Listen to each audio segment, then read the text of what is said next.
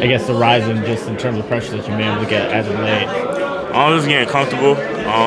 Sitting in, finally been some of that stress. Just been early on in the season, has been a rookie, trying not to do anything wrong, and then now just being able to loosen up and play like myself and get familiar with the system and how things are supposed to do, and just it's a lot of things. I mean, the more you play, the more you kind of open up, and so that's just what it is.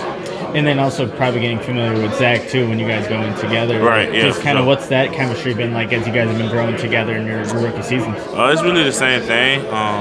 Been playing together, so more familiar with the guys and how and where a guy be at and how this guy rush, So just more familiar. For sure. And what kind of challenge does a guy like Bijan Robinson, that Atlanta rushing attack? They have a couple guys that can really run with the rock. What's kind of the challenge they present, man? Both of those guys are good players. They run hard. Both really fast guys. So just stand in your gap, winning your gap. So that's some of the challenges. Gervon, up until this point, you have 2 games left right now in the regular season.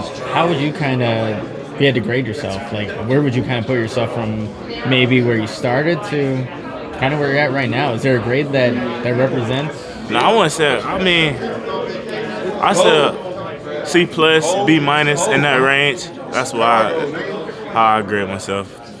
What's in the last 2 games? Where do you kind of want to see yourself? Maybe raise that grade a little bit. Is there a certain area in your game right now, or is it just overall? Yeah, I think I want to be a little more effective in the run game. Dominate a little more in the run game, kind of be in my gap where I'm supposed to be at, and make some of those plays in the run game. For sure. For people who have no idea about defensive line play, like for you to say that you want to get better at holding your gap, what does it take to do that effectively for you to kind of break it down? I mean, really just reading your key, getting off the ball, getting knocked back. That's really it. Just reading your key, playing the perfect technique, playing the right technique at the right time. Gotcha. And then one last question for you, Gervon. What's the most underrated thing about defensive line play that nobody ever talks about? You never hear it in the media. You never hear it from anything. Is there something that kind of stands out, the most underrated thing for a defensive lineman?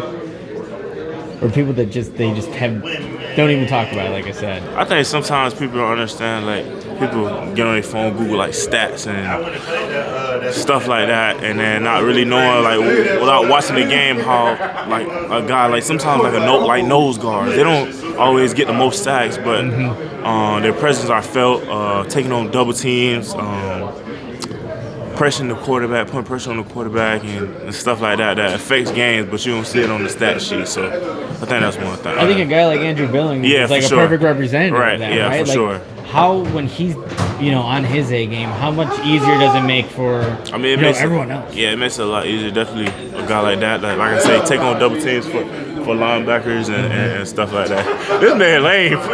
Appreciate it, man. Thanks so much, man. For sure.